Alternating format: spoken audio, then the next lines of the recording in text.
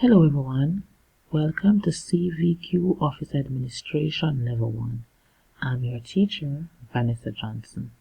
Today, I will be talking to you about maintaining confidentiality in handling files. Now, what is the topic about? The topic is basically about measures that can be put in place to prevent unauthorized persons from accessing, meaning from viewing, personal information. Now it says here, unauthorized access is when a person who does not have permission to connect to or use a system gains entry in a manner unintended by the system owner. This can be managed using control systems.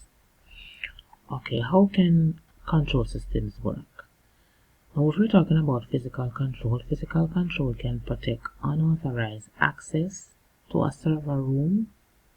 Also, a lock in a physical control that can keep a person from entering. So if you lock rooms or you lock away files that are not supposed to be seen by unauthorized persons, that's a way of physical protection. Protecting against unauthorized access or viewing would be protecting confidentiality. Now, there are different types of control systems that can be used. We have administrative, technical, and physical controls. Now, administrative controls, this includes developing, publishing policies, standards, procedures, and guidelines. So, organizations can develop policy documents that speaks to how persons can access files, and can speak to what should be done with files, confidential files, when they are no longer in use.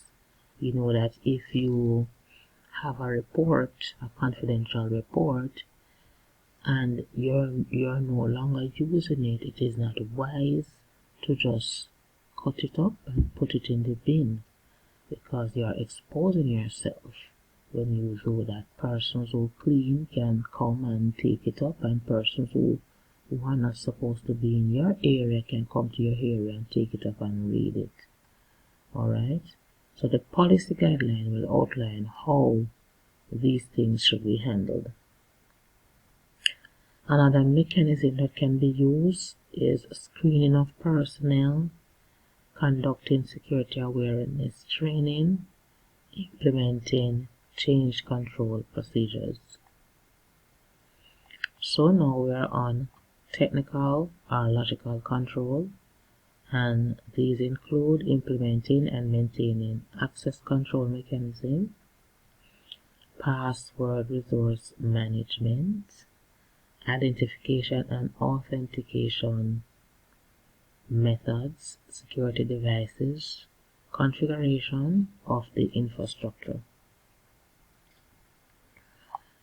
We also have physical control, and these include controlling individual access in the facility and different departments, locking system and removing unnecessary floppy disk or CD-ROM drive, protecting the perimeter of the facility, maintaining, monitoring for intrusion, and environmental controls. So the physical access include the things that are put in place to protect the files that are stored in vaults, that are stored in filing cabinets. Yes, so when you have an automatic door, that's a physical access. When you put your important files in filing cabinets and you put a lock on it, that's physical access control. Alright, So these are some of the ways that control systems can be implemented and types of control systems that can be implemented to protect files from unauthorized access. Alright, so let's go again. We said that we have three types of controls. We have administrative control, technical, and physical control. And these are some of the measures that can be put in place for administrative control. Alright, so policy document is one, screening of personnel, conducting security awareness training, implementing change control procedures. Alright, it's just like if you're going to go to the bank to do a transaction, they do their verification and validation check on you, and the first thing that they do is to ask you for your ID. Alright, and they'll use that ID as a measure to ensure that you are who you say you are. Alright, we have technical and logical control, implementing and maintaining access control mechanism, password management, identification and authentication methods, security devices, configuration of the infrastructure. And then we have physical controls, controlling individual access in the facility at different departments, locking system and removing unnecessary floppy disk or CD-ROM. Now, they don't want to use floppy disk drive, but some of the system units, they have floppy disk drive on them, but we don't use floppy disk. Protecting the perimeter of the facility, monitoring of intrusion, environmental controls. There you have it. Thanks for watching. I hope you learned something and you can apply them, or next time you go to an organization, look out for some of the control systems that they have in place.